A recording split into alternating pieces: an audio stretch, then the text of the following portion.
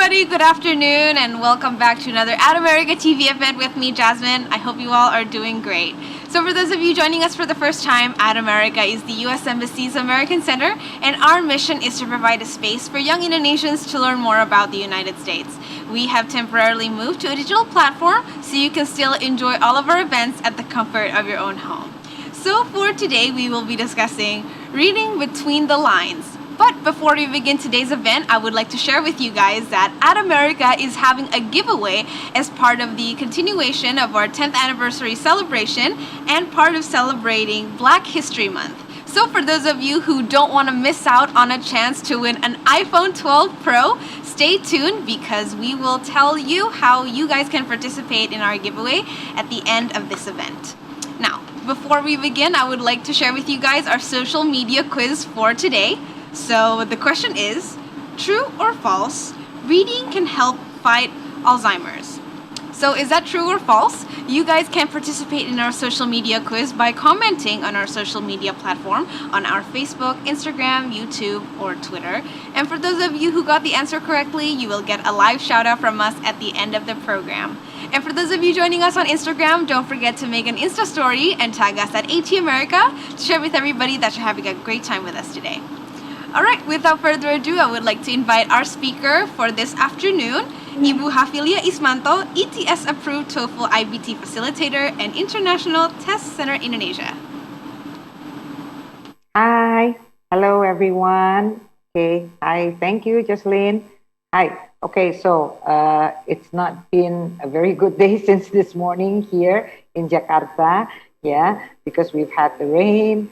And the rainy season is here. Okay, so hopefully every one of you is dry and safe. Now, so I'm just going to move on to our session for today. And just to remind you that this is our last session, actually, okay, for the Reading Between the Lines series. Yeah. Okay, so let me just share my PowerPoint, and I hope you can see my screen. Can you see my screen there? Okay, so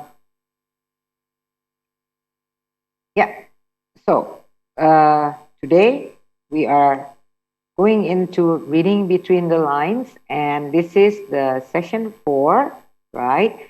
And because it is the last session for the Reading Between the Lines series, then I will remind you, I will wrap up, okay? We will be talking about what we have been discussing in the previous sessions, in session 1, in session 2, in session 3. Okay, and what have we been discussing in the previous sessions? In the previous sessions, all right, we're going to review session 1, okay? It's we were talking about differentiating, right? We were talking about what is the difference between what we mean by explicit information and what we mean by implied information, all right? So we probably know, we all remember, or those of you who are just joining us today, then explicit information is something that is there in the reading text. You can find the information, it's written, it's clear, it's stated. Versus the ones that are not stated, that are hidden. Some of my colleagues usually say the information is hidden. That means it's actually there. The idea is there, but it is not stated literally. It is not written literally, and therefore we call it implied. We're also going to go over on the types of questions requiring us to understand implied information. This is an activity, a reading skill that we call inferences. When we try to understand what is implied, then this is what we call making inferences. And we're going to also go over on the types of questions usually, not just in assessments like the TOEFL IBT, but also in reading textbooks, yeah? Okay, Now, the second session, we were talking about the options on how to select, all right, the proper option based on explicit information, not implicit yet. Because even though the information is there, and when we are asked a question about that particular information, the options, the answers that are given are not exactly using the same words, not using the same sentence structure or word order.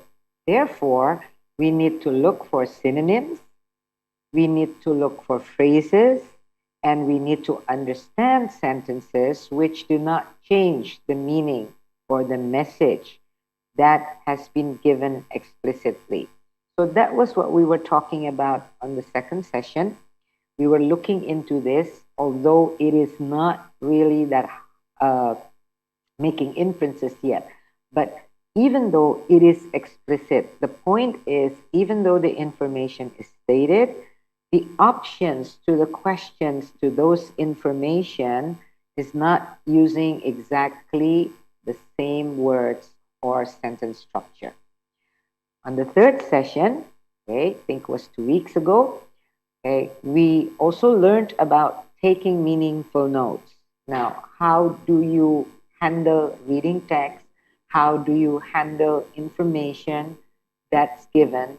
And in assessments, in proficiency assessments, just like the TOEFL, we have reading text, which is 700, 700 to 50 word. Okay, so it's quite grueling. Yeah, it's tough because there are a lot of information given in the text, in the passage. And it's not just one passage that you have to read within a limited time. Usually we have to read 3 passages, right?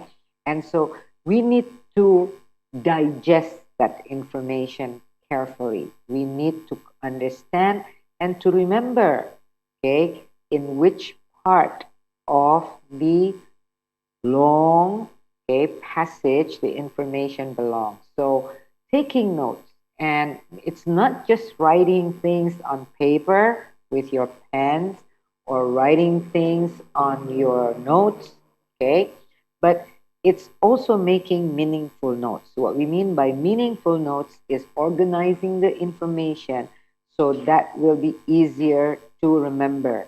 And we have talked about mind maps. I introduced the idea of mind mapping, introduced the idea of keynotes, which is very, very common to use when you're using the TOEFL, because usually a reading passage is also accompanied, not the long one, but shorter passages can also be accompanied by a listening task, which is talking about the same thing, but from a different angle. So we make the T notes. All right. Now, today, so wrapping up all that, yeah, we're also talking about reading in meaningful chunks. So I'm going to wrap 1, 2, 3, and to remind you again that to be able to make inferences, to be able to understand even the explicit information in a text, number one, vocabulary. Number two, it's sentence structure, which means able to read in meaningful chunks. Where is the subject? What's the subject of these long sentences? As usual, common, okay, in an academic text, you will have very, very long sentences, right? One sentence can make up like 2 lines or 3 lines, right? And so when you go read that long sentence, sometimes you get distracted and you're getting like confused. Which one is the subject? What are we talking about? Which one is the object? Which one is the verb? All right, because usually the subject of the sentence is not only one word, but group of words or noun phrases. All right, so let's take a look and we're going to go over that today. Yeah, all right. So first of all, we're going to review things that are explicit and things that are implicit. All right. So please, if you're watching this, all right, if you're here, okay, think, is this explicit or implicit? Okay, so I'm going to give you an example. This is an example. Say you have one sentence, all right, and I'll read that out for you. The sentence is: three of the published reports came from official investigations, but the other two came from private individuals. Okay, so we've got to think first. We've got to think, what are we talking about here? What is the subject of this sentence?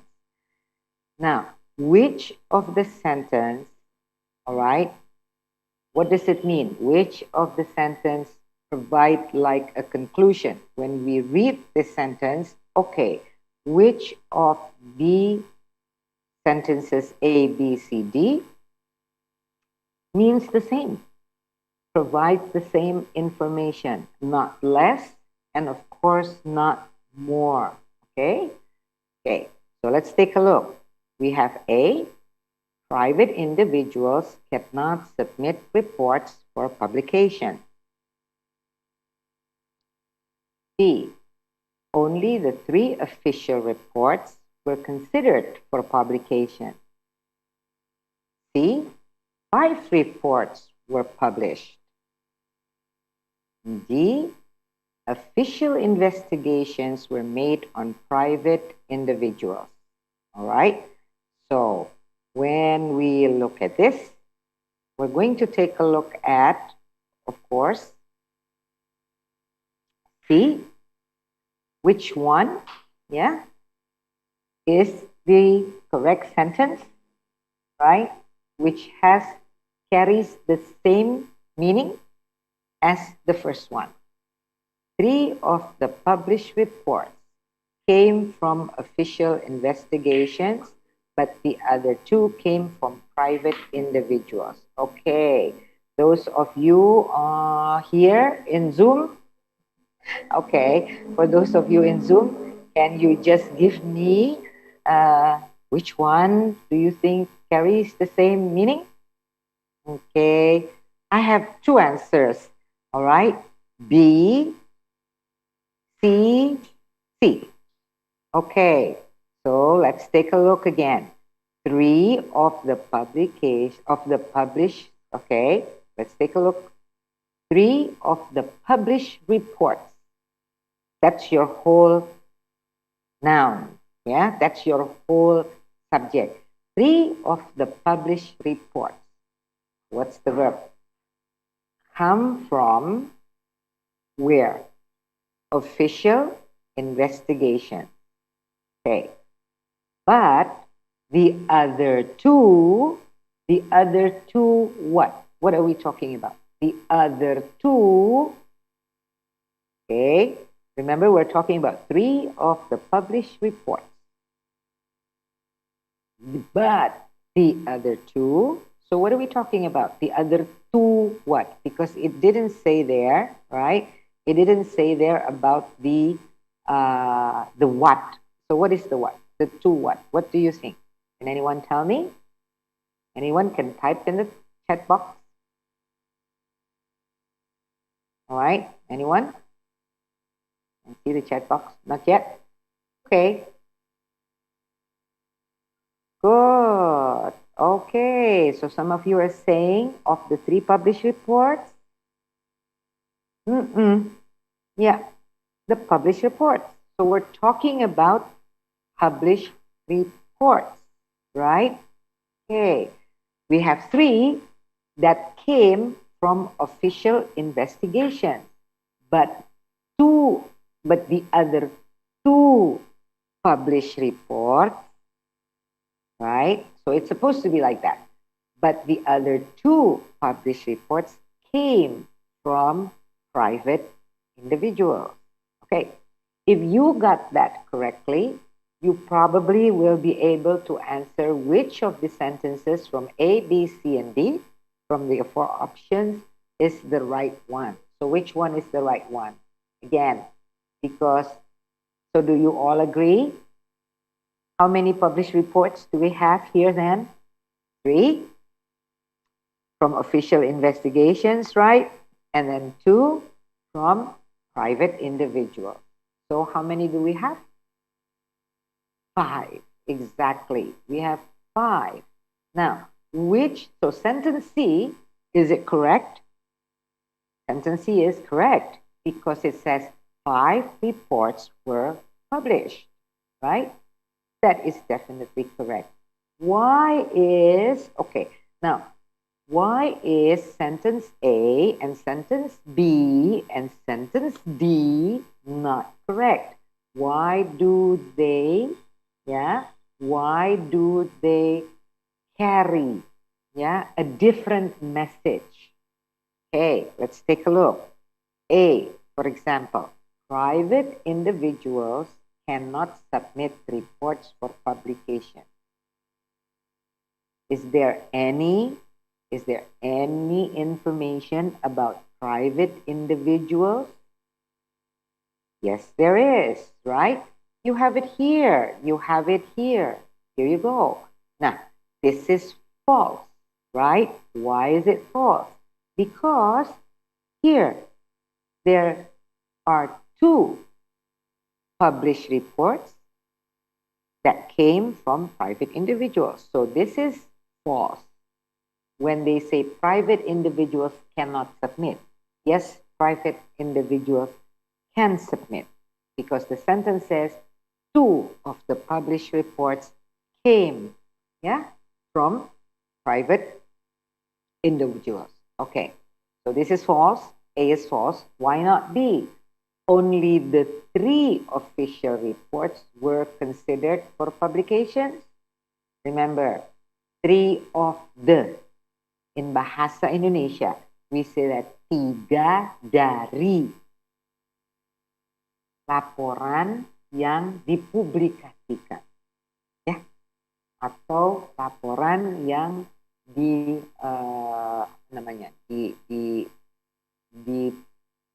publish itu ditaruh misalnya di jurnal, ya, okay, right? Nah, jadi kan ada beberapa published reports, right?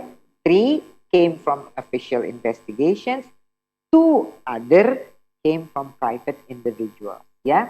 So as you said, C, there are 5, not only 3. And D, sekarang kita lihat D, official investigations were made on private individuals. Nah, itu lebih ngaco lagi ya. Ini official investigations. What it means is that ada investigasi yang dilakukan terhadap, were made, right? Official investigations were made on private individuals. Yang ada, yang dilakukan terhadap individu-individu. Maksudnya private itu secara umum gitu loh, individu umum. Oke? Oke. So, very clear. Nah, hati-hati, this is explicit, bukan implied, kan? Tapi the questions is not like how many published reports came from official investigation. Nah, itu tinggal copy paste karena itu tinggal 3 gitu kan. Kalau ditanya how many came from private individuals, the answer is 2. Nah, itu juga copy pasting. Alright?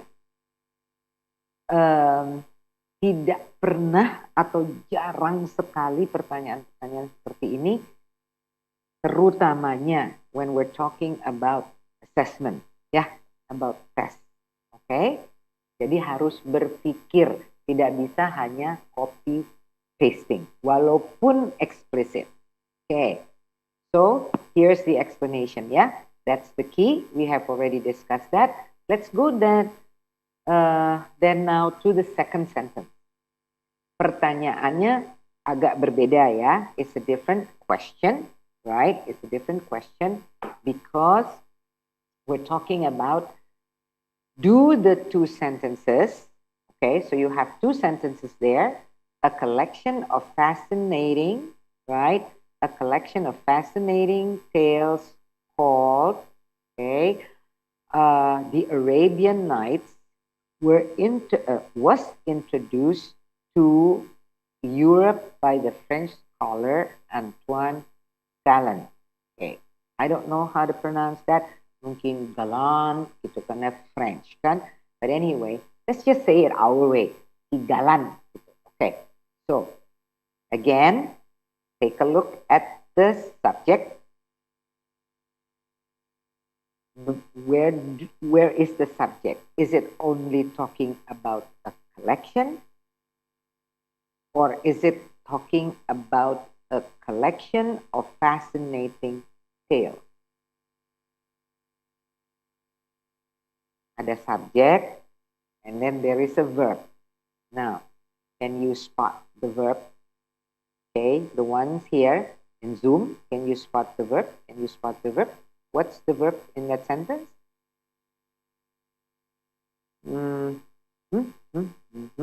Okay. Was introduced is the verb. Right. Good. Yeah. So somebody said was introduced. So what is the subject if that was the verb? The subject is very long. A collection of fascinating tales called the Arabian Nights. Nah, jadi bacanya, this is what we mean chunking. Yeah. Okay. The way you read it must be in meaningful chunks. You cannot just read word, word, word. But they have to read a collection of fascinating tales called the Arabian Nights. Kenapa? Was introduced, all right, was introduced to Europe by the French scholar Antoine Galland. Now, look at the second sentence. Does it mean the same? Kata-katanya juga sama tuh yang dipakai. Ada French scholar, right? Look at the words that's being used. You have a French scholar, Antoine Galland. You have the verb introduce. You have the, what it says, the where it's introduced, Europe. And you also have collection of fascinating tales, and you have the names, the Arabian Nights. Okay, but is it the same meaning?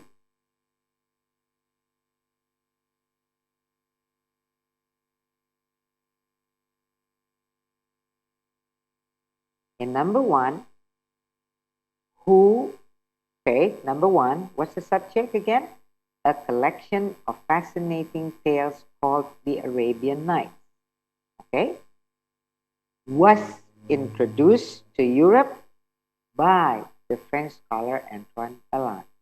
The second sentence says, the French scholar Antoine Galland introduced to Europe a collection of fascinating tales that he named the Arabian Nights.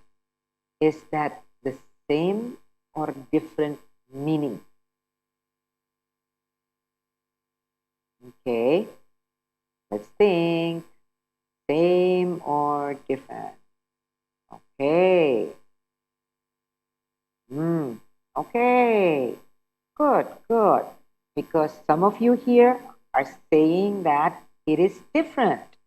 Yeah, it is different. Why different? Because, yeah, in the first sentence, the tales are called the Arabian Nights. Who called the tales the Arabian Nights? We don't know, right? It's just that a collection of fascinating tales called the Arabian Nights was introduced by French scholar, blah, blah, blah. The second sentence says that the French scholar introduced to Europe a collection of fascinating tales, which is true. That's the same idea.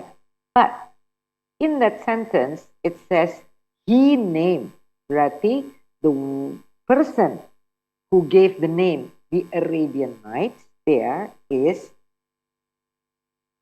the French scholar Antoine Galland. Jadi dia melakukan dua hal di sini ya, in the second sentence.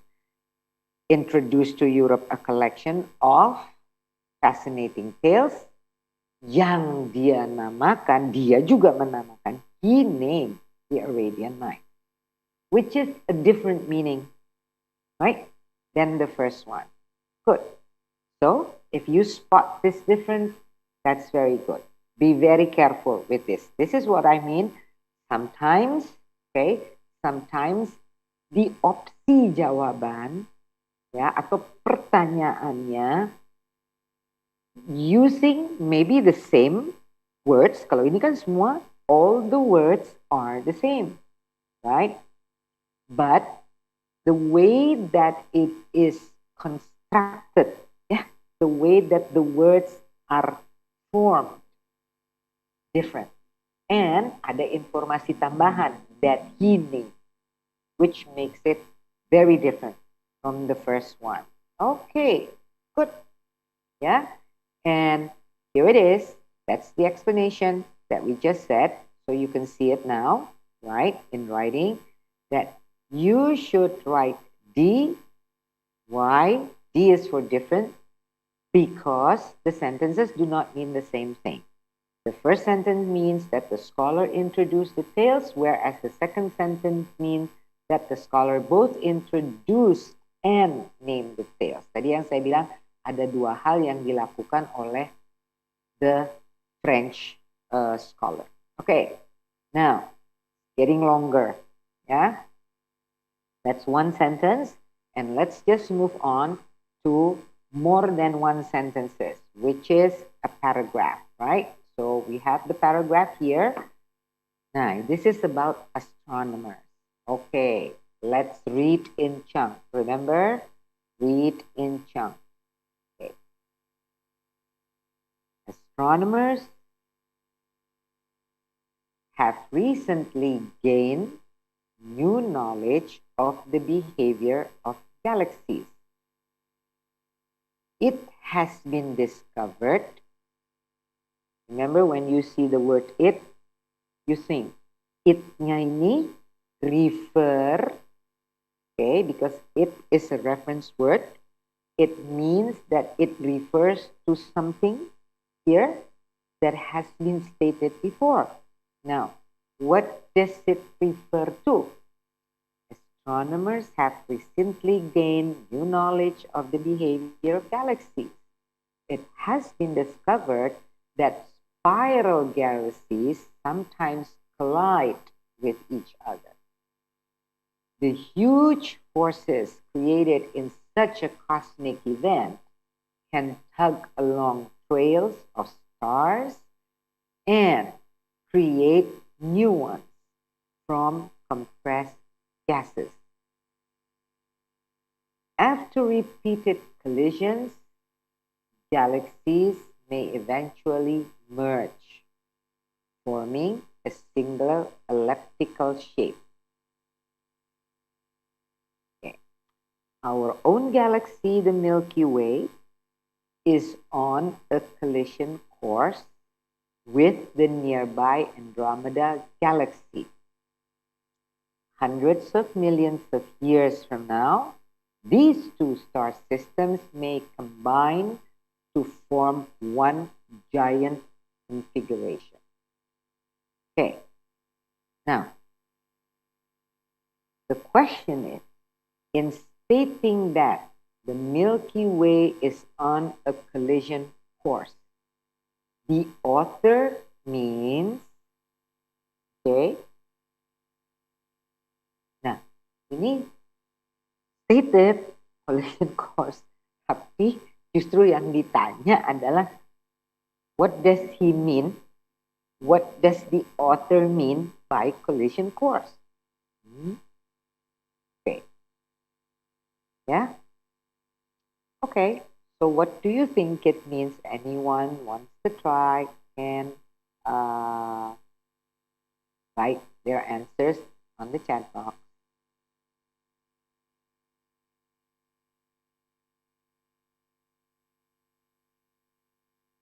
Okay, oops, sorry. Right, I think I have someone answering already. Okay, I have people answering already here. Good. Okay, so your answers is D. The Milky Way is heading toward the Andromeda galaxy. Why not crash into our galaxy? Why not B? Why not A? Can you tell me?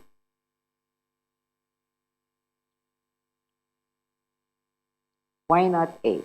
Why only B? Because Andromeda. Because Andromeda is the other galaxy. Yeah. Okay. So collision is, sometimes it means crash. Yeah. Okay. And then another, somebody said the Milky Way is our galaxy. Yeah. Okay. So it's not crashing, tapi sebetulnya di sini nih kelihatan. Bukannya dia crash. Karena kalau crash ya mungkin hancur or whatever ya. Nah, hundreds of millions of years from now, these two stars, okay, systems may combine to form one giant configuration. Okay, jadi juga kalau galaksi stars itu kan nggak bisa crash ya, unless we're talking about one star. But this is a galaxy, right? Okay, good. Yeah, good. Somebody also said, yeah, you probably have figured out that because they will combine, yeah, berarti they don't crash into each other. Yeah? Okay. Now, C is not the correct answer either because the Milky Way is not the result of an impact that created one giant configuration. No. The giant configuration may happen if, okay, this happens if the Milky Way is heading toward Andromeda. Hundreds of years from now, they may become a giant configuration. Tapi ini belum, ya. Jadi kita tidak bisa katakan belum fakta, bahwa the Milky Way is the result of an impact that created one giant configuration. Okay, kenapa tidak the Milky Way will crash into two-star system in hundreds of millions of years? No. Okay, because they will, what happens is when they collide, okay, they will make maybe one giant configuration. Okay, that's very clear, yeah? Okay, now, so these are all stated, but as you can see, this is not just, you cannot just find the answer by copy pasting, yeah? You have to think, Okay, now, sekarang itu tadi semua what we have already given you is actually explicit, right? The information is stated, but the understanding, okay, is not, you cannot just answer, the questions are not just copy paste questions, okay? Okay, now we're going to move on to implied and inference, okay? Remember those of you who already joined? Yeah.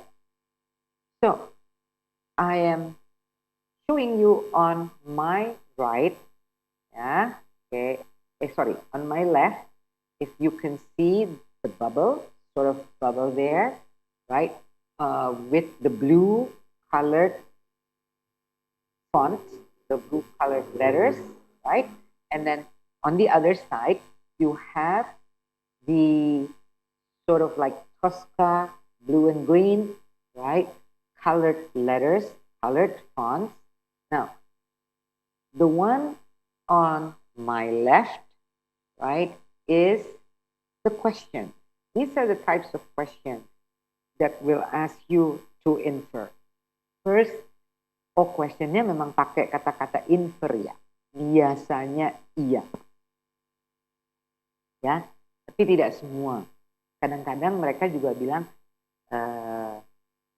what is the author's purpose? Nah, kadang-kadang author's purpose itu juga seperti itu. Maksudnya adalah imply. Tapi ini very very easy ya. Paling tidak di TOEFL itu seperti ini. The question will be very clear. Which of the following can be inferred about blah blah blah, about something in the reading text? Or tadi yang saya bilang, the author, right? The author of the passage implies. So, dua kata kan? Keywords. Infer, imply. Okay? Nah, itu sendiri ada kata-katanya. The questions, the words are in the question. The answer, how do you answer this kind of questions? Number one, your answer can be supported harus. Ya, if you find the answer, you think it is the correct answer. When you choose an answer, whatever your answer is, must be supported. It can be supported by explicit information in the passage. Okay? The answer must not contradict main idea in the passage. It cannot contradict. Mentang-mentang tidak ada gitu kan. Terus kita berpikir, kita making inferences. Tapi kalau kita berkonklusi, tidak boleh. Cannot contradict the main idea in the passage. And number three, the answer must be inferable from the passage. Must be inferable, memang itu bisa kita tarik satu kesimpulan dari situ. Ini dua berdekatan. Okay, saling berkaitan. This one and this one. Yeah, the first here and the second. So that is the how you answer implied question. And on the left side, the blue is how implied questions look like. Okay? Okay. Contoh. Nah, the question is, so number one here, right? Each day, more and more communities discover that, okay, each day, more and more communities discover that they have been living near dumps or on top of ground that has been contaminated by toxic chemicals. So, can it be inferred that communities aren't always told when and where toxic waste are being disposed? That's the question. Boleh nggak kita, apakah bisa kita menarik satu kesimpulan bahwa communities aren't always told when and where toxic waste are being disposed. Sini ditulisnya, more and more communities discover that they have been living near dumps or on top of ground that has been contaminated by toxic chemicals. Okay. Any ideas? Is there any ideas? Yes or no? The answer, can it be inferred? No, it cannot. Okay. Someone says, no, it can't. Is that what everybody says here? Those of you who are joining Zoom, are you saying that? No, we can't? Okay, think again. Nah, ini mesti mikir sih.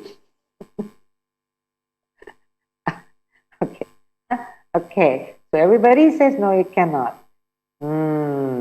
Interesting, interesting.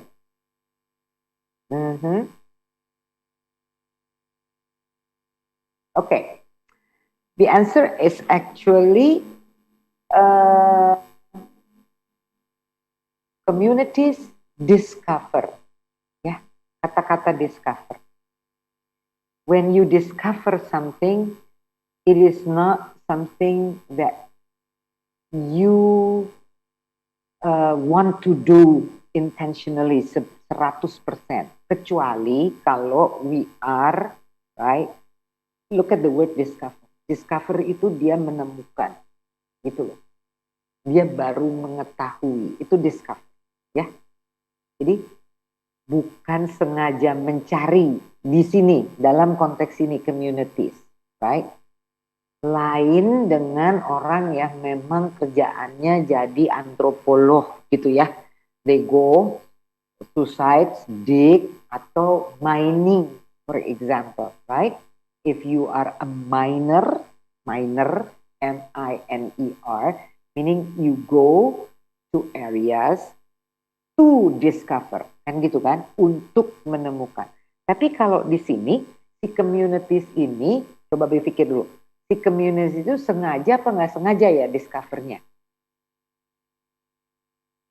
Nah, ini implied nih. What do you think? More and more communities discover that they have been living near dumps. Kira-kira mereka itu sengaja menemukan atau dia baru tahu gitu loh. Itu discover juga. So what do you think? Yeah? Alright. In this context, it is very clear that the communities did not know before, right? And then they discover, baru gitu kayaknya, mereka baru mengetahui that they have been living, bahwa selama ini they have been living loh. Berarti dia sudah tinggal di situ sebelumnya ya, selama beberapa waktu yang lalu, right? They have been living for a while now near dumps. I hope you know what dumps mean. Dumps is like near where you throw away garbage, where you throw away waste, ya, bisa sampah, bisa juga misalnya waste dari limbah lingkungan, kayak dari limbah pabrik misalnya. So we can call that dump. They have been living near dumps, right? Or on top of ground that has been contaminated by toxic chemicals. Nah, berarti kalau si communities itu menemukan itu, dia tahu nggak tadinya? That's my question. Do they know before? Okay? Yes or no? No. Iya, right? He didn't know. Ya kalau dia tahu juga dia nggak tinggal situ kali. Iya. Okay. Ya, unless emang ya nggak apa-apa deh, gitu loh. Tapi ada kata-kata kuncinya di sini, discover, right? Because they didn't know, berarti dapatkah disimpulkan? Ini kan sekarang hati-hati juga dalam menyimpulkan. That's what we mean. Be very careful. We cannot infer something which is not supported. Itu tadi kan, harus supported, harus ada loh bukti yang mensupport secara eksplisit, right? So, can it be inferred that communities aren't always told? Mereka tidak selalu diberitahu when and where toxic waste are being disposed. Yes. Okay, good. I think the ones who are now thinking previously, nggak bisa dong. Oh iya ya, ya bisa dong kalau gitu. Okay, alright, ya, good.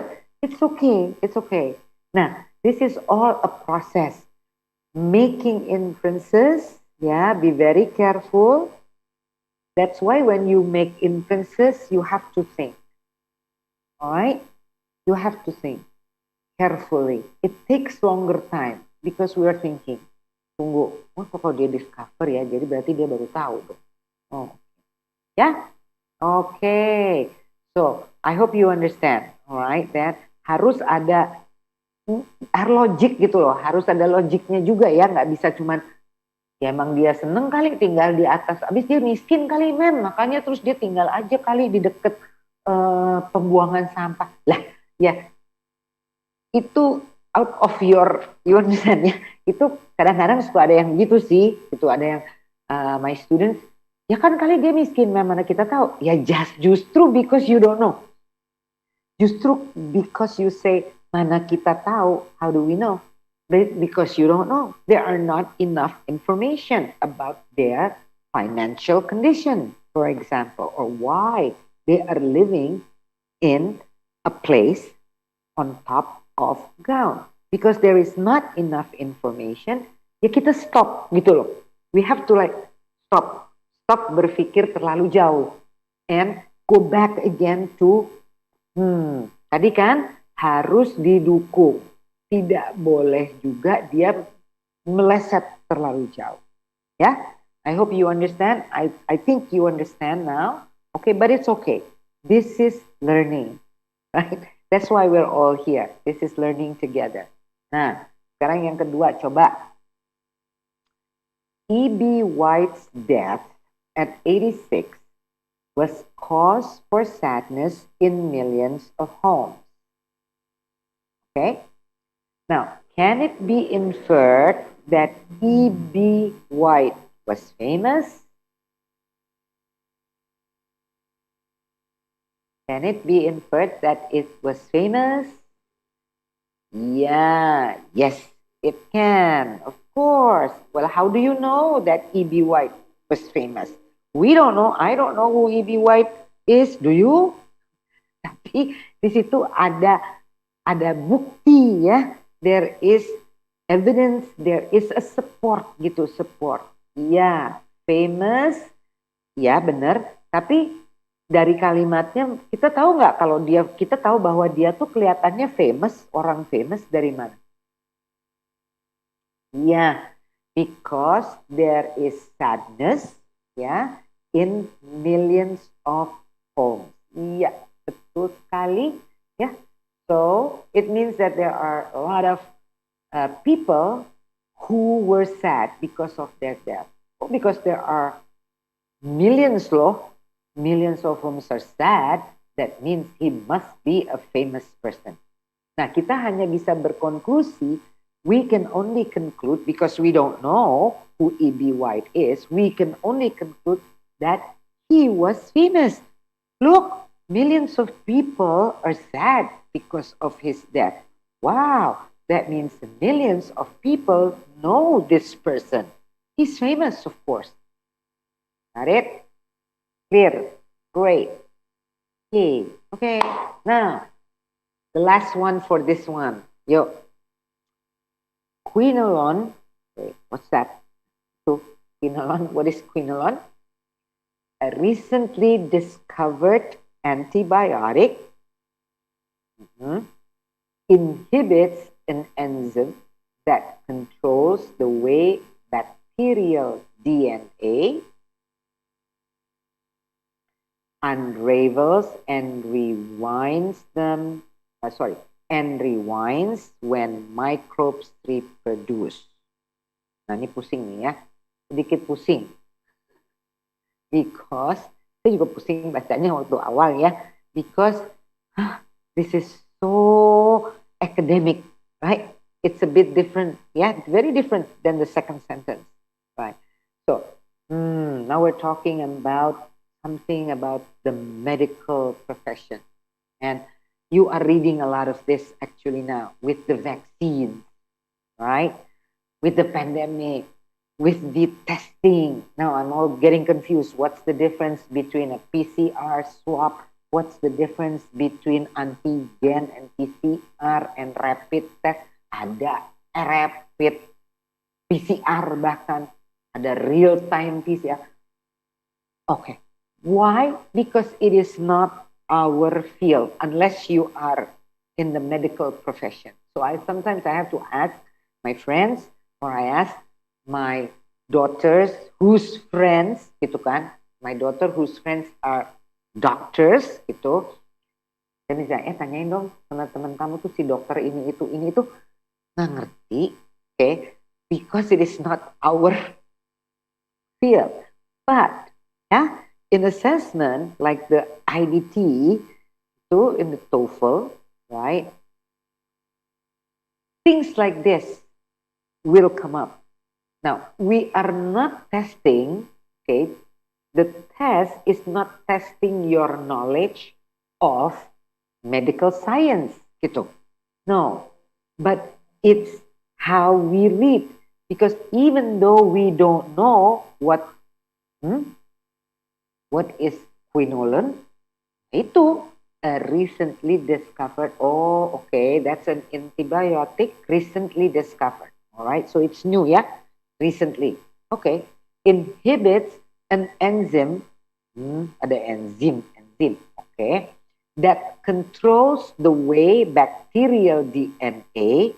Oh, so the antibiotic inhibits an enzyme yang mana that controls the way bacterial DNA, another verb, unravels and rewinds when microbes reproduce. Ya udah, kita nggak perlu tahu si microbes. Oke, kita nggak perlu tahu quinolone dengan si enzim apa itu. Yang what we need to know is from the structure of the sentence. Blah, blah, blah, recently discovered, inhibits, blah, blah, blah, that control the way something else unravels and rewinds. Kunci ya. When we don't know, when we are not aware, kita nggak tahu ini dunia mana saya nggak tahu. Tapi inilah yang disebut, this is what we call literacy. If you have a good reading literacy, kalau mempunyai literasi membaca yang baik, ini nggak jadi masalah. Because in your brain, you're thinking of, okay, ada something recently discovered. Oh ya, antibiotik. I know. In bahasa Indonesia juga antibiotik. Inhibits. Inhibits. Nah, mungkin you don't know what inhibits means. Nah, itu. Padahal inhibits is not terminology of medicine or anything. Ya. Tapi inhibits itu biasa dipakai. We're using it usually in the medical profession atau in academic setting. Gitu. So we need to know vocabulary that is academic vocabulary. Ya, okay. Inhibits, if you don't know what it means, inhibition. Berarti prevent something negatif ya, negatif dalam hal it stops. Okay, inhibition. Alright. Apa that controls the way si apa DNA ini unravels and rewinds when microbes reproduce. Pertanyaannya, can it be inferred that the blah blah blah ini will eventually replace all other antibiotics?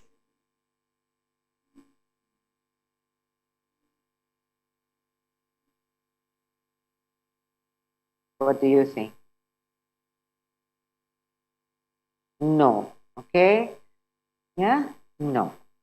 Because this is just, okay, this is just an antibiotic, right, that can inhibit enzyme yang control the bacteria, blah, blah, blah. Tapi tentunya there are other antibiotics. Only this particular antibiotic. So we cannot say that quinolone will eventually replace all. Karena di sini very specific. Dia bisa mungkin lebih baik dari antibiotik yang tadi inhibits this. Okay? Okay, ya. Hope that's very clear. I think that's clear. I hope it's clear. Now, we're not going to do this. All right. Now, this one, I'm just going to show you this. This is uh, uh, this is part of the reading assessment in TOEFL, IBT. Yeah. And on the right side, the one that is highlighted in yellow is actually just paragraph 2 out of I think about 4 to 5 paragraphs. Alright, ini nggak di IBT aja sih, IELTS juga sama, Pearson Test of English juga sama, gitu loh. Pasti because it's academic ya, so it's very long the passages. But anyway, at least in the TOEFL IBT itu kamu diarahkan. Udah, coba lihat di paragraf 2 aja nih. Oh, okay. Just based on the second paragraph, right? It can be inferred. Okay, here it is. Just giving you an example of how it looks like the question on the real test. Nah, tapi kalau tadi kita practice for individual sentence, for short paragraph, now you look at the long paragraph. All right? Okay, we're not going to do it. You can screenshot it if you want. Okay, those of you who are watching, who are here, you can screenshot that and just think. Okay, and think, okay. Yeah, now, but this brings me to the idea why. We also talked previously about mind mapping. For this very reason, okay, when you read something like this and when you have to make inferences, hidden loh, inferences itu hidden. And you have all experienced that just now, how to find information, come up, all right? Come up with information based on something that is hidden. Dari yang tadi only one sentence, short, very short paragraph, and now this long paragraph.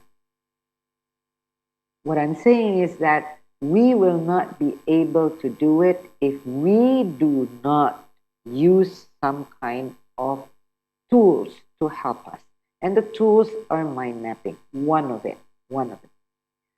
the tools is mind map, in which we have to jot down while we read.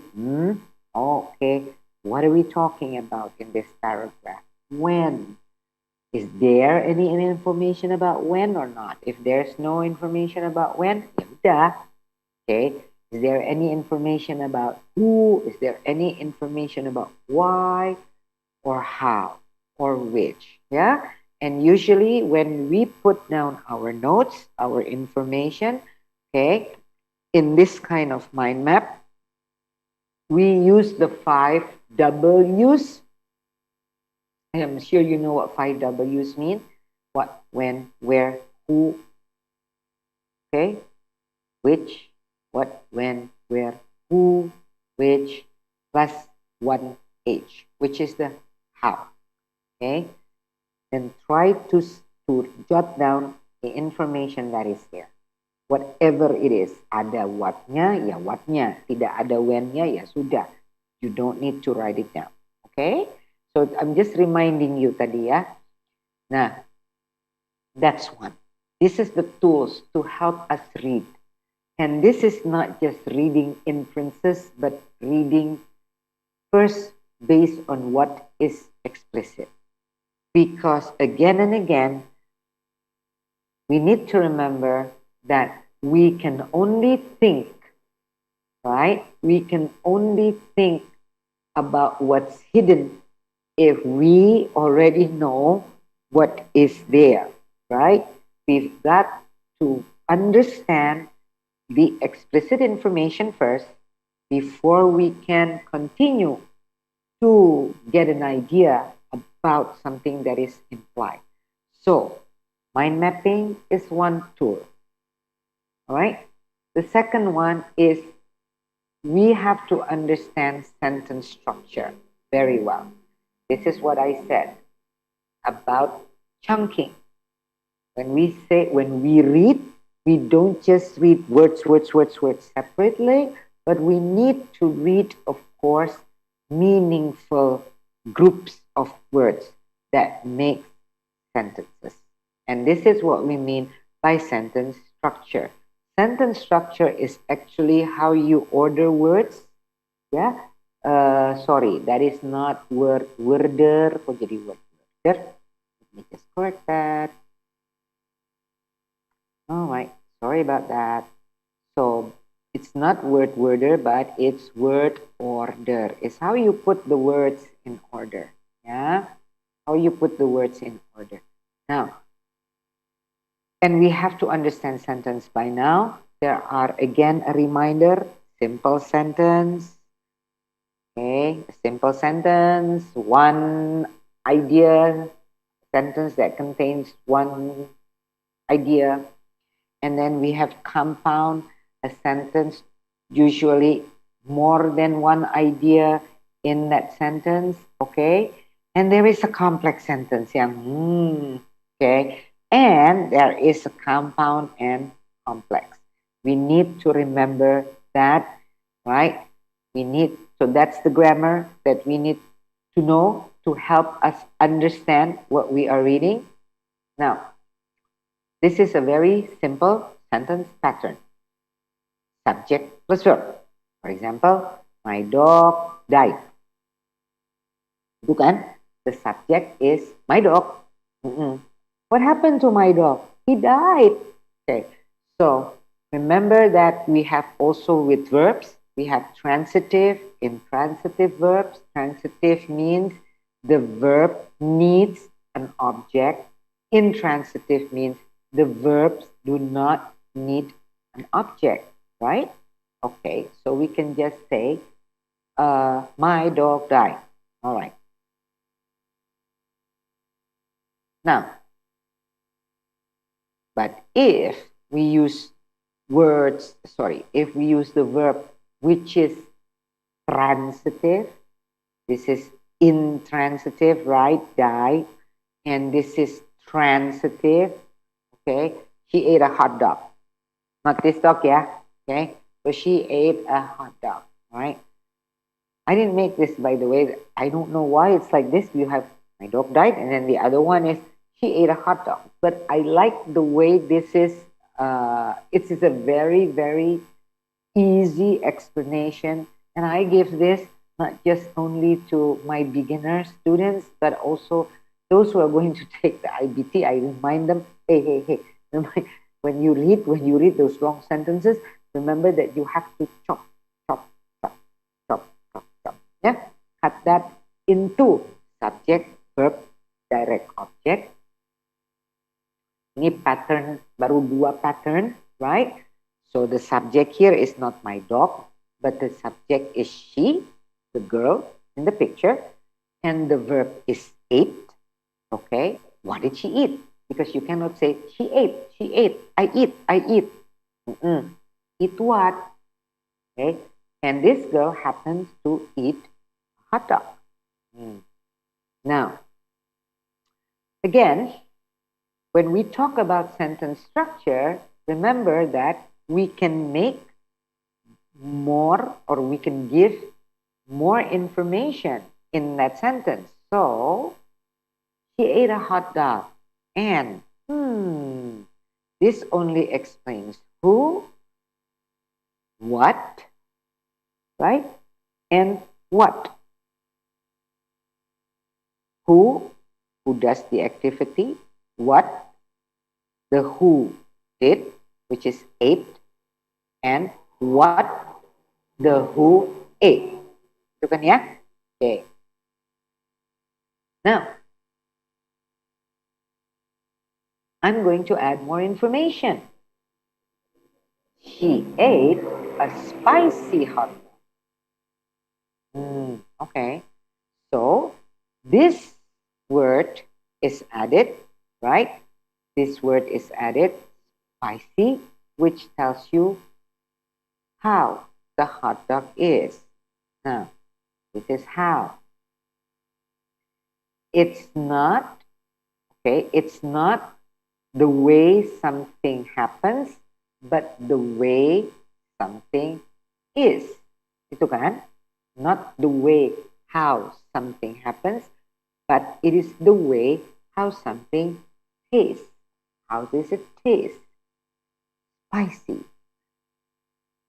Sentence structure, word order. This is a noun, hot dog, and when you want to explain about the noun, don't forget you put it, the word, you put that before the noun in English. Now, we're talking about, okay, now I'm going to also explain when. She ate a spicy hot dog yesterday. Okay, so usually we can put the when in a sentence at the end, or we can also put it in front. Yeah. Yesterday I went to where with what. Okay. Now we have the where.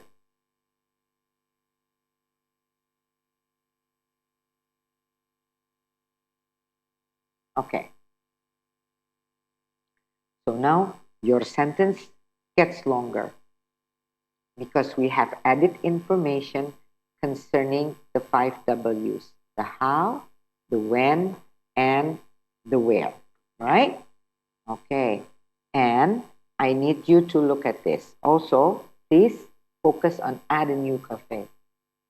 You have the preposition at, yeah, before a place. Therefore, it's not just one word, but it's a group of words, and we call it a phrase. And this is what we call a prepositional phrase. Why? Because it starts with a preposition. Okay? Easy. She ate a spicy hot dog yesterday. What was that we say? At, because we were saying at a new cafe. Why? Okay, why at a new cafe? I thought I thought your favorite cafe was XOXO. Well, it so happens that my favorite cafe was closed, so I tried a new place. Because is also a phrase, an adverbial phrase of reason. Now, this is just an example. I'm just giving you an example. This is what we mean by sentence structure. And this, if you understand this, you will also be able to chop the long sentence, the explicit, all the explicit information. You will be able to understand that better if you can chop it into meaningful. Yeah, we call it meaningful parts. Okay? Yeah. Okay. So that's for me. Is there, I'm just going to show you, that's for me, but I'll show you something else. Okay. Let me stop share this first, and I'm just going to give you an idea on what I mean by meaningful. I'm going to share again.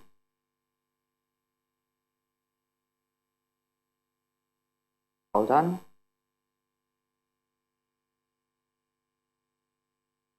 Okay.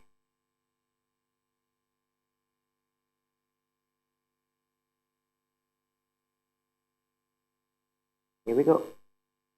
Okay. So you have that sentence structure.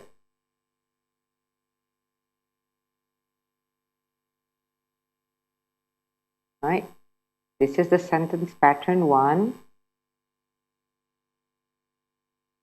This is the sentence pattern 2 that we talk about. This is the simple sentences pattern 3. He is a good singer. Remember that is, right, is a verb.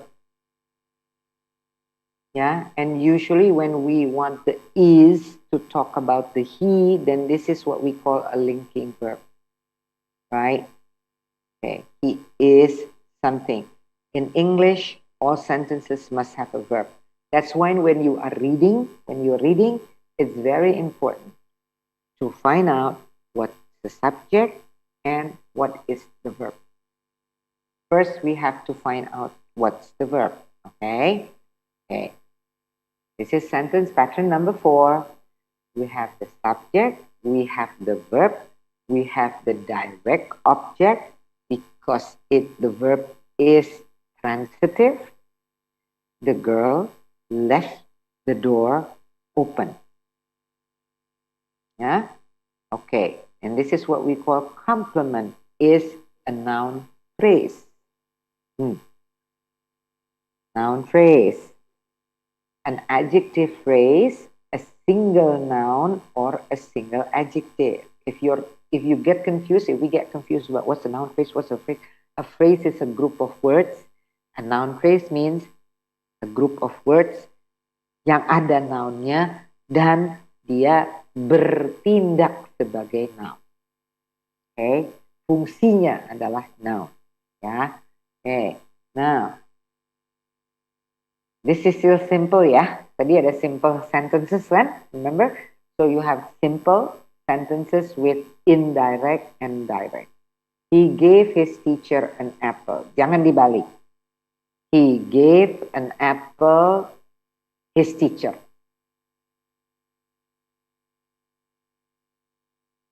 Okay. Another example. Mary baked John a cake. Mary baked John a cake. Clear, ya? My question is, what did Mary bake? I give you the answer. Mary baked John a cake. Yeah, a cake. Right. But if I say Mary baked bukan Mary baked John, ya. Mary baked a cake, ya. Okay. Don't say that. Jadi si Mary baked John. No, Mary baked a cake. We say Mary baked John a cake. All right? Okay. Got it, yeah? Between direct and indirect. All right. Now, we have the compound sentence. The compound sentence, actually, we have the independent clause, I love apples. Now, that is why also it's very important with reading, okay, to understand punctuation marks. You have to understand punctuation marks. They are my favorite fruit because usually what happens after a semicolon? The same idea here, right? I love apples. Kita masih ngomongin apples, so they are my favorite fruit. Oh, I can put this here, right? So additional information, and it's about the same thing that we're talking about, yeah? Okay, so we call that compound sentence pattern 1. All right, and then we have another one, which is compound sentences pattern 2. Look at this, the comma here. As I said, this is the punctuation mark. Yeah. And fanboys. I'm sure that most of us already know. If you're studying English, your English teachers probably gave you this acronym.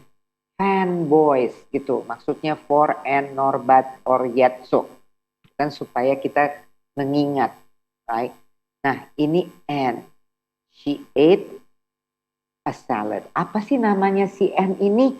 Oh iya, conjunction, coordinating conjunction. Ada and, ada ini kan ada macam-macam kan ya, fanboys.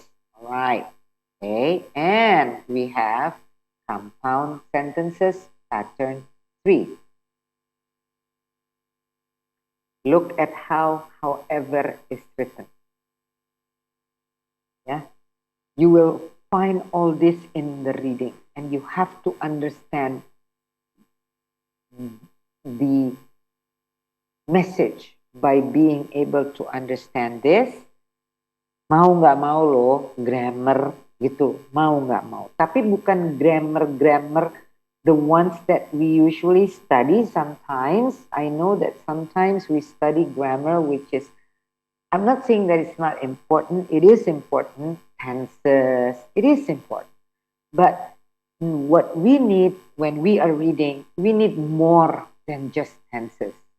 Yeah, we need a really good understanding of how sentences are made, are ordered, how words are ordered in the sentences to be able to understand the idea there. Okay, so we have compound sentence pattern 3, and we have complex sentences.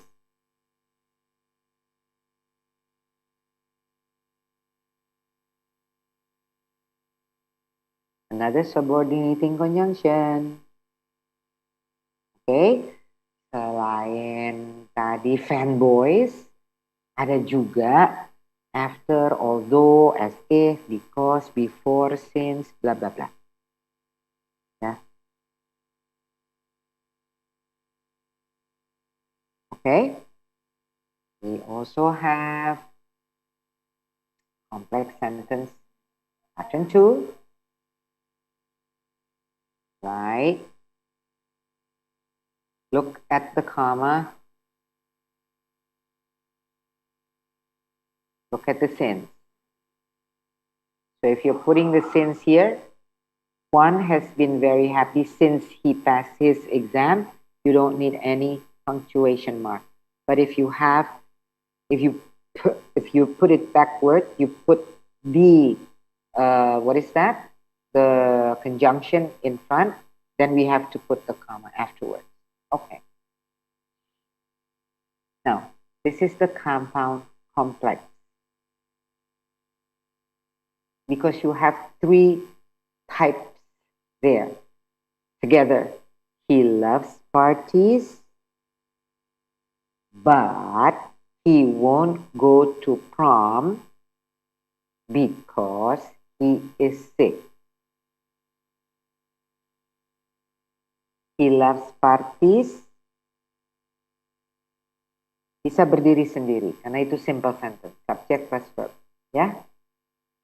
He won't go to prom, right? Itu juga bisa berdiri sendiri, makanya dia bisa digabung.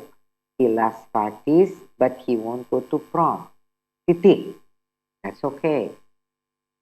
Tapi si because he is sick nggak bisa berdiri sendiri kan? Because there is that conjunction. Kan ada conjunction. Lah, kalau ada conjunction, apa yang digabung, orang nggak ada gandengannya. Jadi that's what we call, okay, this is what we call dependent. Jadi dia frase yang depend on something. Oleh karenanya, we call it compound complex. Ini sentence yang bisa berdiri sendiri. We combine it with another sentence that can stand on its own. Plus, there is a sentence that cannot stand on its own. Bukan sentence jadinya. There is a phrase there, right? Yang kita sebut clause. So this is what we mean by compound complex. Okay. Ada pattern 1. All right. What's happening with my... Right. We have pattern 1, and there are other pattern 2, I guess, yeah. Okay, and I think this is what I have now, right? Just to give you an idea of what we mean, yeah, by all that, all right? So, again, just to wrap up, this is like, I know that we're talking about reading between the lines, but it's very... What's important is I'm just reminding all of us here that we also need to know, first of all, we can read between the lines if we understand what is in the lines, what is explicit. And since we're talking also a little bit, I am, connecting it to how these understanding, these reading skills are important, especially when we're talking about assessment, when we're talking also about just reading any types of text, right? Okay, we have to think more than just copy pasting, an understanding of copy pasting. This is something that Indonesia now is working on very hard, which is reading literacy. If you've heard the MOE, the Ministry of Education now, they're also trying to leverage to move our reading literacy. Yeah? Okay? Okay. So, I think that's all for me for this session. Jocelyn, hello? At America? Hi, ma'am. Hi. Okay. So, do we have any question and answer? I think Lutvia from Zoom wanna ask something. Okay, let me see. It's on the chat box, right? Yes, Lufia, go ahead. You want to open your? Can you unmute? If Lufia, if you have a good connection, you can unmute yourself. Can she? Let's see. I think she can, ma'am. Okay, Lufia, you want to unmute yourself? Oh, I think host. I think Yeah, you're muting. I have yourself. unmuted her. Halo, Hi, Lufia. halo Ibu. Can I speak in bahasa? Okay, I'm Indonesian, so I understand. Go ahead, Ya, Lufia. sebenarnya teman-teman saya mau mengucapkan terima kasih pembelajaran dari Ibu. Menarik sekali, kayak banyak banget membuka pikiran. Karena membaca ini kan kayak membenarkan gimana kita berpikir dan berlogika gitu ya, Bu. Terus yang mau saya tanyakan ini sebenarnya nggak dalam-dalam banget sih, Bu. Ini receh. Jadi Nggak apa-apa, kayak justru bertanya yang receh baru bisa dalam. Gimana? kayak misal yang tadi yang bake roti, bake a cake itu, kadang kan ada yang bake atau yang belakangnya itu ditambah es untuk yang it. Nah itu materi terkait itu tuh namanya apa ya, Bu? Soalnya saya nyari kayak ada yang bilang yang ini ditambah es, yang ini enggak, kayak gitu. Yang gini, maksudnya misalnya kan tadi si John, itu kan ya.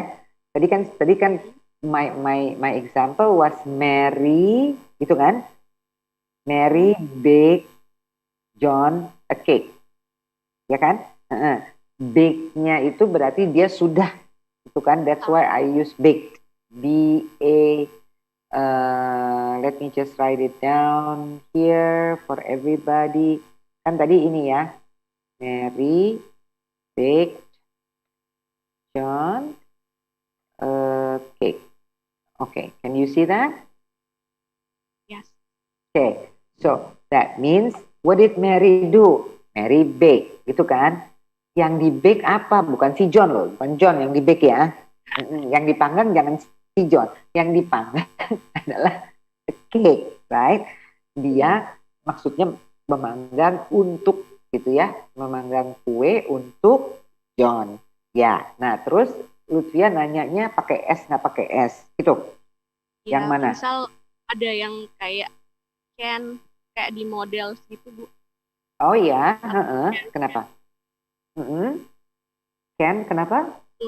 Can atau cans, kayak kadang ada yang bilang teman saya itu mungkin untuk it itu dia harus pakainya yang cans kayak gitu, Bu. Jadi No. Ya, jadi kalau memang sudah tambahan S-nya itu auxiliary, namanya apa ya?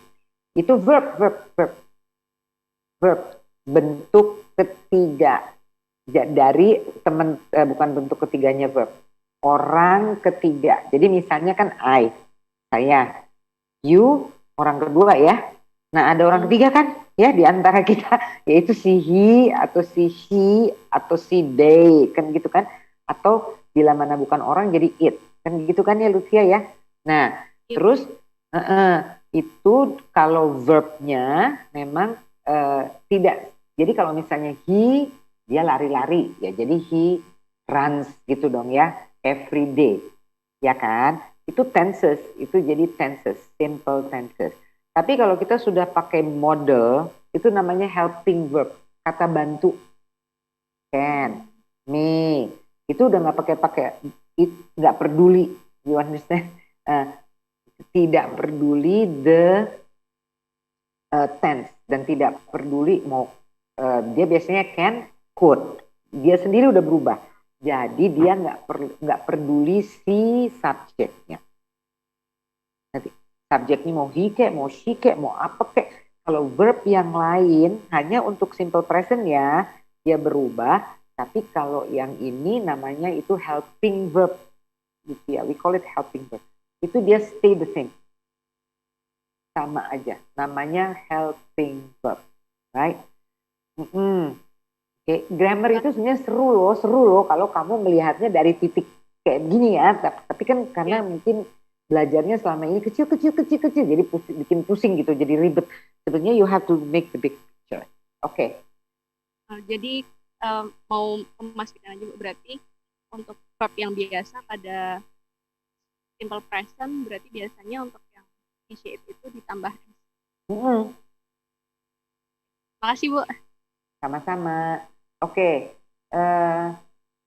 Eva, would you please recommend us some literacy to improve our reading for beginner, please? Okay, Eva. Hi, Eva, can you hear me? I think Eva is asking ya, Lexi ya. Eva lagi tanya tuh. Iya. You're so very welcome, Lucia ya. And thank you for asking. That's something very good. When you don't know atau nggak jelas atau apa, bertanyalah gitu. Okay, so reading literacy, Lucia, Eva, there are now so many reading sites ya, banyak situs, banyak banget sekarang. You can go on the net, kalau lagi browsing, silahkan. Kita punya National Geographic, kita punya Discovery, right? Nah, kamu jangan mikir National Geographic yang gitu, yang membicarakan penemuan apa di mana itu. No. Sekarang kita juga punya loh National Geographic for Children untuk anak-anak. Loh, anak-anak saya pun yang sekarang masih di kelas 12 misalnya ya. Tapi karena bahasa Inggrisnya, because of the English level is what you said, beginner, right? Then I give them reading level yang saya kasih ke mereka adalah reading level dari anak-anak SD atau anak-anak SMP di Amerika. Paham kan maksud aku ya, Eva? Jadi kamu nyari reading level, misalnya banyak di internet, kamu cari reading level untuk kelas, jangan ke kelas 12 dulu, ke kelas 8, ke kelas 9, you get it? Sama orang Inggris juga kalau belajar bahasa Indonesia kan sama kayak anak kecil belajar, ya kan? Sama kayak waktu kita seperti anak kecil, kita baru belajar saya, kamu, saya mau makan, yang seperti hal itu. It's the same. Jadi yang kalau kita cari, you have to read ya, Eva. And please, ayo, karena kita udah ketinggalan jauh nih ya Indonesia, and you are the future generation, gitu kan. Kamu nanti jadi pemimpin kita semua. Jadi kamu harus meningkatkan your literasi membaca. Nah, bagus ditanya, berarti yang dituju adalah kemampuan yang beginner itu kalau kita jadi sama dengan kemampuan kelas 7, kelas 8, kelas 9-nya anak-anak di Amerika. Get it? Jadi cari aja, itu banyak kok di internet. Reading for 7th grade, 8th grade. SMP. Ya nggak apa-apa, kita karena bahasa Inggris kita emang masih bahasa Inggris SMP kan. Masih bahasa Inggris maksudnya kalau diukur dengan orang penutur asli. Itu ya. Okay, Eva, is that clear? Okay, cari aja ya. You can find a lot. Alright. Lex, kayaknya saya udah mesti berhenti ya, Lex. Yes, ma'am. Time's Ya, up. ntar saya dimarahin Lexi. Oke. So Thank thank you, you very ma'am. much ya, yang teman-teman di sini. Thank you.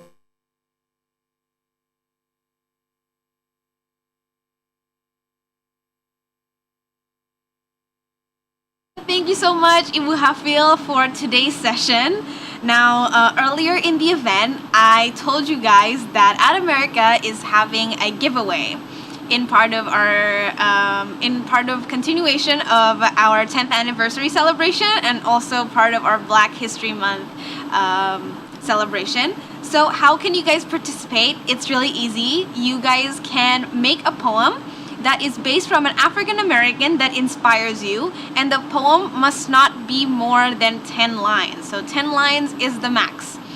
And you guys can post your poem on your social media, on your Facebook, Twitter, or Instagram by taking a picture of your handwritten poem, or maybe you guys can type it as a caption or as a post on your social media, and make sure that your social media is set on public so our Ad America team can see what you've written on your page.